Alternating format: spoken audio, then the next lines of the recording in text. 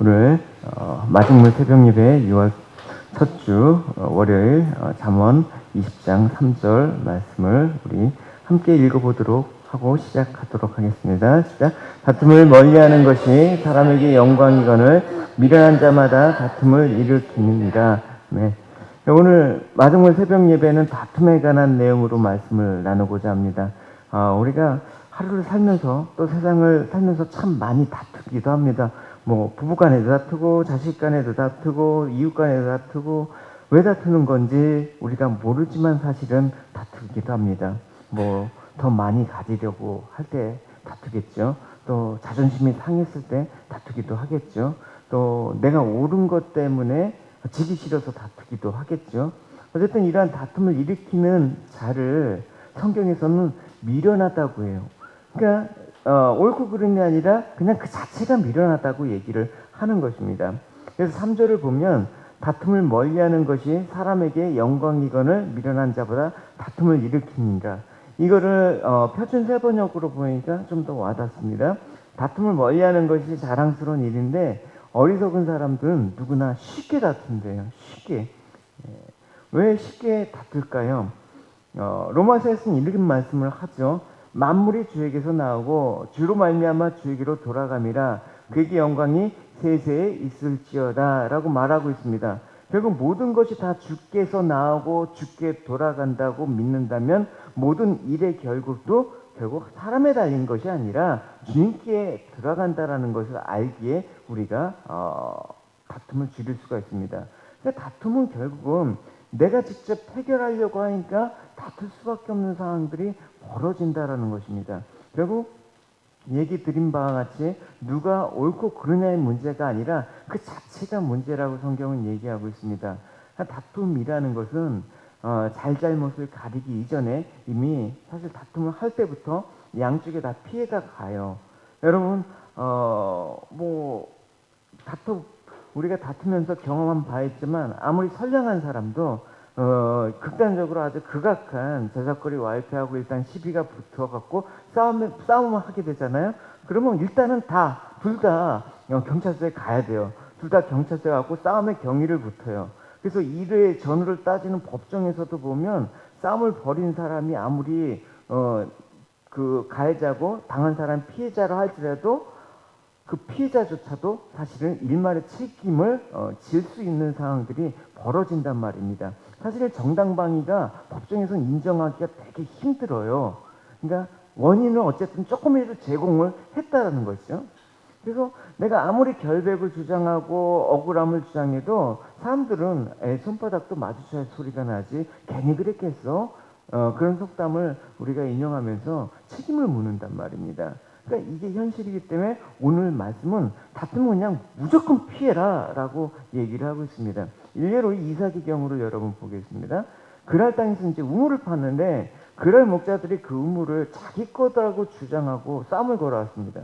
그 당시에 샘을 얻기가 얼마나 힘든 걸 감안했더라면 싸움을 해서라도 우물을 지켜야 되는 상황입니다. 생존에 문제가 달려 있는 거니까요. 근데 이삭은 그냥 우물을 순순히 내주고 다른 곳으로 옮겨서 우물을 팠습니다. 그런데 아비멜렉의 목자들이 또다시 나타나서 그것도 내 거라고 요구를 하는 거예요. 그러니까 이삭이 또다시 그걸 양보하고 다른 자리로 옮겼습니다. 그러니까 생각 같아서는 한번 싸움이라도 벌이고 싶은 마음이 굴뚝 같지 않았겠습니까?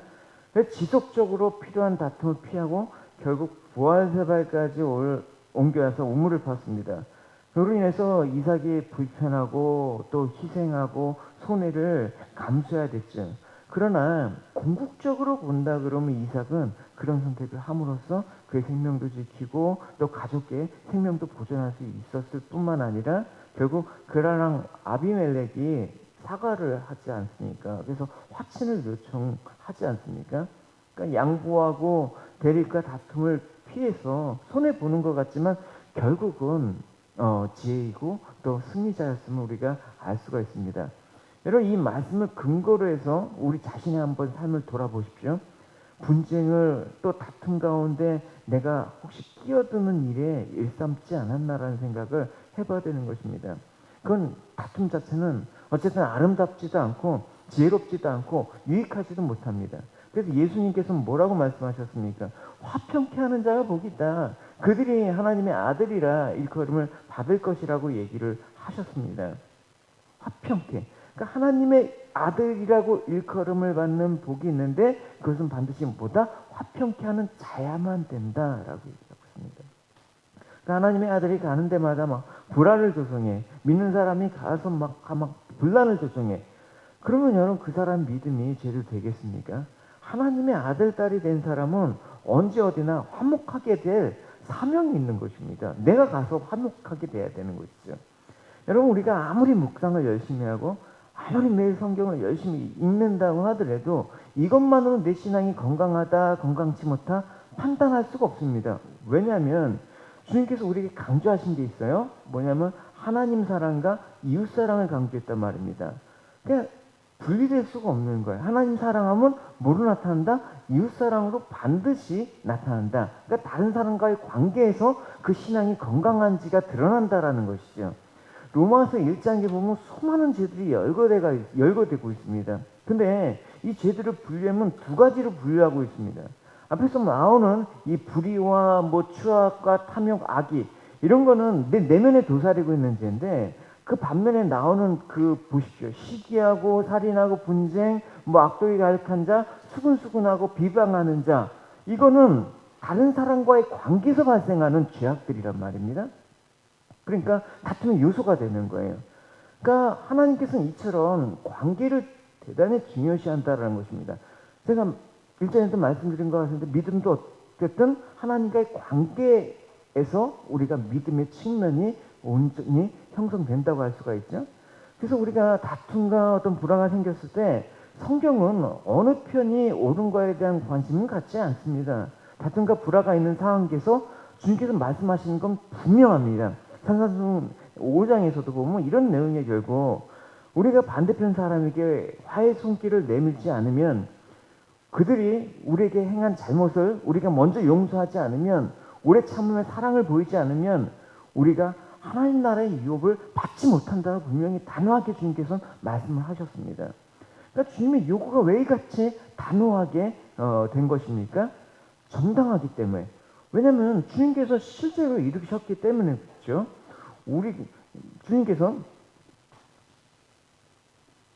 주님께서 먼저 우리가 죄인 되었을 때 그리스도께서 우리를 위해서 죽으심으로 하나님께 우리에 대한 자기의 사랑을 확증하셨다라고 얘기를 하고 있습니다. 먼저 우리를 위해서 죄인 되었을 때 죽으셨기 때문에 우리를 화평케 하셨기 때문에 너희들도 화평케 하라는 요구는 당연하지 않습니까? 그러니까 이 고백을 로마서에서 이제 바울이 한 까닭은 뭡니까? 이전에 바울이 그런 사람이었습니다. 어제도 소개해드렸지만 자기 생각과 조금만 다르면 다 틀린 것이라고 인식했던 사람이에요. 혈기를 부리고 심지어는 어떤 문제가 그 문제로 예수 믿는 사람을 잡아서 죽이러 다니던 그런 경력이 있었던 인물이었습니다. 담의 세계에만 갈 때만 해도 예수 만나기 전까지만 해도 얼마나 기세등등했습니까? 근데 그가 이제 간증을 하는 거예요. 색깔입니다. 그가 이렇게 간증을 하는 거예요. 내가 전에는 비방자였다, 박해자였다, 폭행자였다. 그러나 내가 긍휼을 입은 것은 내가 믿지 아니할 때 알지 못하고 행하였습니다. 그러니까 여러분 사도 바울조차도 자기 눈에 가득한 들보를 못 보면서 다른 사람의 티를 빼내겠다고 그렇게 살았던 사람이었습니다. 그러니까 사도 바울이 예수 그리스도를 만나서 복음을 경험하고 놀라운 사랑의 사도로 변화되었던 그 감격을 잊지 못한. 그래서 그가 이런 고백을 하는 거예요. 뭐냐면 주님의 은혜가 나의 마음 가운데 가득 차고 넘쳤습니다. 그 은혜와 함께 그리스도 예수 안에서 믿음과 사랑도 내 속에 솟아났습니다. 모든 사람들이 진심으로 받아들여야 될 말은 예수 그리스도께서 죄인을 구하러 이 땅에 오셨다라는 것입니다. 나는 그 죄인 중에서도 가장 큰 죄인이었습니다. 그러나 하나님께서는 내게 은혜를 베푸시고 이 못난 죄인을 오래 참고 기다려 주셨습니다. 그리스도 예수께서는 나를 통해 구주를 믿고 영원한 생명을 얻게 될 사람들에게 본을 보여주시려고 했던 것입니다. 사도 바울이 이런 바뀌게 된 원인은 주님이 나를 사랑하고 기다려 주셨기 때문에 그렇게 내가 바뀌었다. 근데 내가 다른 사람을 그렇게 정죄하고 판단했던 나의 모습을 얼마나 부끄럽게 여기는지, 내가 그래서 죄인 중에 계셨다는 거예요. 여러분, 우리가 가장 가까운 배우자나 또 자녀나 이웃에게 늘 뭐라 합니까? 항상 당신이 문제야. 당신 때문에 내가 힘들어. 당신 때문에 내가 너를 낳으려고 미역국 먹었냐? 뭐 이런 식으로 원망하고 다퉜던 우리 아닙니까? 근데 이 모든 문제에 있어서 내가 해결하려고 아니라 그리스도께, 내가 그리스도께서 받은 사랑과 은혜를 생각해 본다. 그럼 바뀌는 거예요. 내가 문제였어. 내가 죄인 중에 개수였어. 이렇게 고백하게 되는 게 은혜 받은 사람의 진정한 모습이에요. 이런 사람한테 다툼이라는 게 사실은 잘 안 일어나요. 물론 다투고 싶은 마음이 들 때도 주님을 생각하면 다툼이 멎어진단 말입니다. 그렇죠? 사도 바울의 그 고백이 저는 너무나 와닿는 거예요. 이전에 내가 그렇게 핍박자고 비방자고 남 정죄하고 내가 옳다는 거 굽히지 않았던 게 이제 내가 죄인 중에 개수야. 내가 가장 내 탓이야. 이런 마음이 있으니까 싸울 일이 없는 거예요. 그러니까 여러분, 우리가 살아가면서 계속 시비와 다툼이 앞으로 끊이지 않을 것입니다. 그럴 때 분명히 하나님 음성이 들릴 거예요. 너가 먼저 용서해라. 그럴 때 우리가 이런 항변도 하죠. 아, 주님 아시잖아요. 이번엔 내가 잘못한 게 아니란 말입니다. 억울해요. 언제까지 저희가 이렇게 당하고만 있어야 됩니까? 믿는 사람은 어떻게 이렇게 손해만 봐야 됩니까? 이번엔 정말 못하겠어요. 그럴 때 주님께서 우리에게 꼼짝없게 하면서 말씀하시죠. 내가 십자가를 지고 골고다 언덕길을 갈 때 사랑하는 아들아, 내 딸아, 너는 어디 있었냐? 내가 채찍질 당하고 살이 찢겨져 나갈 때 너는 나를 모른다고 부인하지 않았냐? 너는 나를 모른다고 하지 않았냐? 근데 너는 나를 부인했지만 나는 하나님 앞에서 너를 절대 부인하지 않았어. 그래도 너는 그 알량한 자존심 내려놓지 못하겠냐? 이렇게 나온다 그러면 우리가 무슨 할 말이 있어. 우리에게 들리는 하나님의 음성은 분명합니다. 다투지 마라. 이런 음성을 따르려면 용기가 필요합니다. 그렇기 때문에 우리는 언제나 삶의 중심이 어디에 있는지 분명히 인식하면서 살아야 되는 것입니다. 여전히 내가 옳고, 여전히 내가 잘났고, 여전히 내 자존심, 내 중심으로 살아가면 우리는 주님을 따를 용기가 나지 않습니다. 내가 삶의 중심을 주님께 두고 살겠노라고 다짐하고, 내가 받은 은혜와 사랑을 잊지 않고 살겠노라고 다짐할 때 성령께서는 우리를 도와주시고 이끌어 주시고 용기를 주실 것입니다. 시비와 다툼이 끊이지 않는 세상 가운데 오늘도 또 여러분의 앞으로의 삶도 화평케 하는 자로 서서 주님의 복을 전하는 저와 여러분이 되시기를 축원합니다.